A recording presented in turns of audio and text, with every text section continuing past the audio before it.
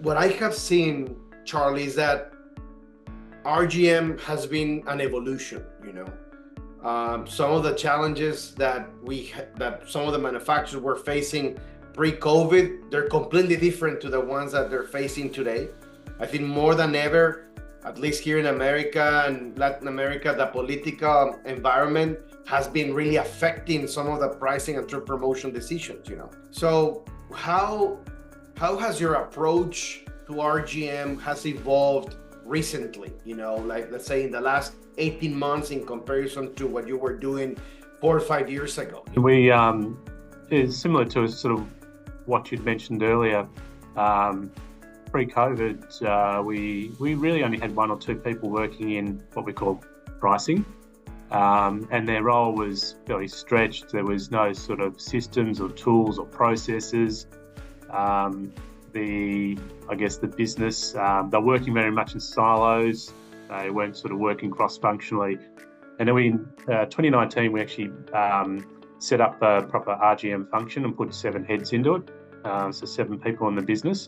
And I think doing that and getting the right sort of processes around, whether it's through pricing, promo optimization, pack price architecture, terms of mix, that really got us through the years of that really those spikes in the input inflation. And being an agribusiness across many categories, whether it be fuel, freight, basic goods, packaging, all those cost inputs went up. So that set us up in a really good foundation to get us through that COVID period of time and successfully pass that cost on to our customers and manage then sort of that impact to the consumer. What's really happened since then, obviously, there are elements of input costs that are still elevated, things like fuel and freight, pockets of seafood, pockets of, say, different parts of agribusiness, whether it be fertiliser inputs. But generally, inflation here across Australia and particularly into the APAC region, input costs are coming down. We're in a very different operating environment now because our customers are now wanting price decreases. And they're also wanting to pass that on to the consumers, whether it be consumers in the supermarket or consumers in a restaurant. So we're sort of changing our levers around how we manage that and our focus of areas to more of an optimizing the money we spend rather than cost pass through, if that makes sense. I think like 3 years ago, when inflation in some countries was very high, for instance here in the US, prior COVID, most of the manufacturers, they were having a price increase every 3, 4, 5 years, and then they were forced to react more quickly. So they needed to balance, like, okay, how much price I can take, and then how much volume I'm willing to lose. Mm-hmm. And there are different ways to do it. One is like, I'm gonna do it based on my experience and based on Excel reports and Excel sheets. And the other one is like how I can start incorporating analytics, first descriptive that can give me at least some level of accuracy, and then predictive. Like, how are you getting the most of those tools that you're talking about in order to align those pricing challenges and try to be competitive, identifying price elasticities? We're starting to track a lot more of causal factors so rather than just price impact on sales, the execution elements too. So how our customers advertise and display a product in store, right through to the menu in a restaurant.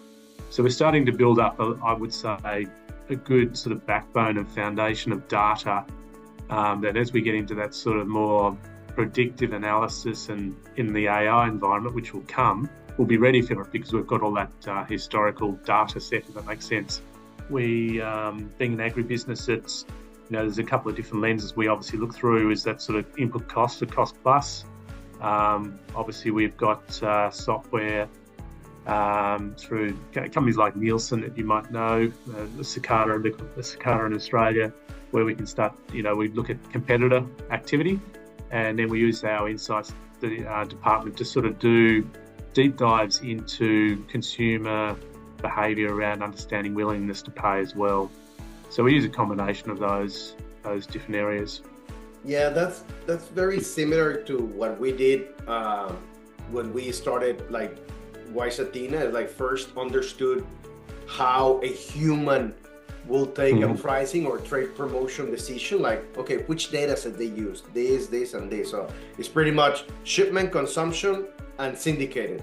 And how do they do it? Well, first they open an Excel report with shipment, and then sell out, and then syndicated, and then they try to clean it. And so what we did is we automate that process, and then we build a predictive model on top of that. You mentioned that data is crucial, you know, and there's no way you can build a model if you are not first like structuring data and say, okay, I need to start warehousing, I need to start keeping track of this data in this way, in this shape, but I don't know if it's going to be usable in the future. I don't know if it's going to be generating actionable insights. So how are you currently using the data, and how are you taking decisions to say, okay, I think this data set, we need to start keeping it?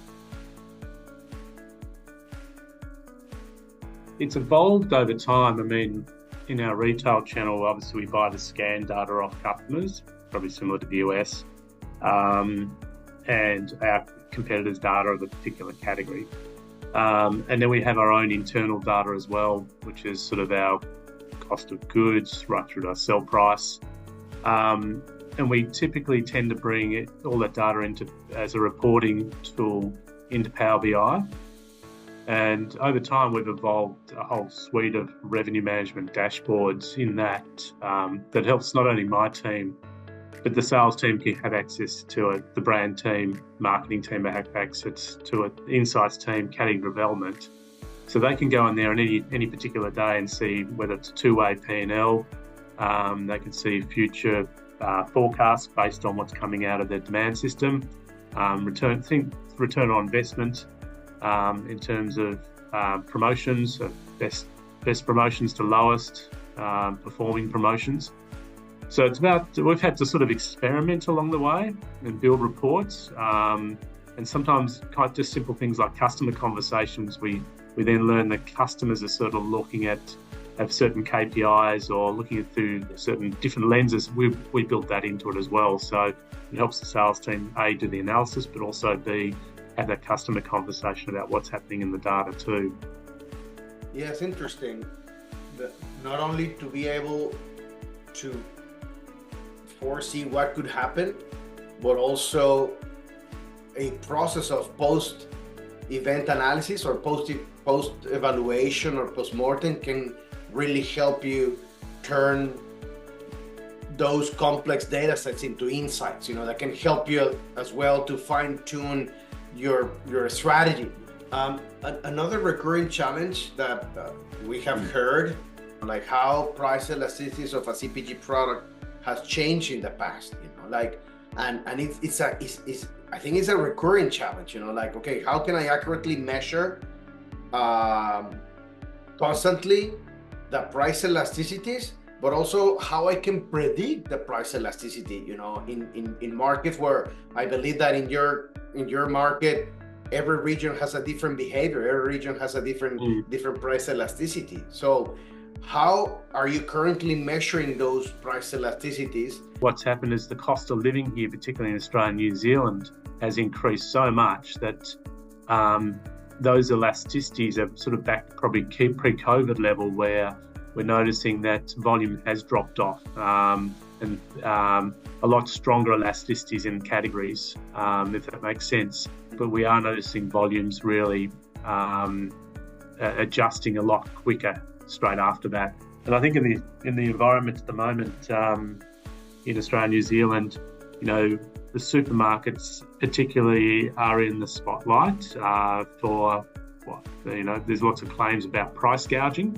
There's a big government inquiry into supermarket pricing at the moment, and they've started to name certain suppliers and brands for, you know, that appear to be doing some sort of price gouging. So it's really quite sensitive. And I think the other aspect as well is because shoppers have only got a limited amount of spending power as well, a lot of the shoppers are trading down in categories. That's what we know. Yes. So we also look at sort of through the lens of a good, better, best across all our categories, and have noticed that shoppers who might be purchasing in premium, trading down the mainstream and mainstream down into budget as well. So lots of different, I guess, behavioural dynamics happening in that space.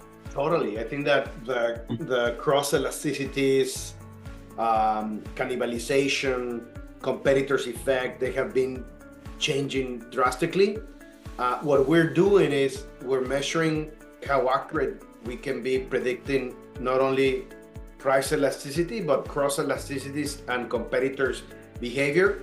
Another thing that we have been seeing is that there needs to be a balance between long-term value, long-term, let's say, promotional budget, short-term tactics for decreasing prices, that everything at the end bottoms in how profitable you are, how competitive you can become, and how you maintain value to your brand. How do you balance that need of short-term activities with long-term strategy, short-term tactics with a vision of your company and a vision of what you're trying to accomplish? Yeah, that's a good question. And I'll explain why it's a good question, because in a perfect supply chain, you can have the best strategy and the best brand plans and best category plans that are long term. So typically, if we've got in 10 categories, whether it be seafood, vegetables and snacking, canned seafood or frozen or fresh, we've got a pretty good team that does a 3 to 10 year category plan.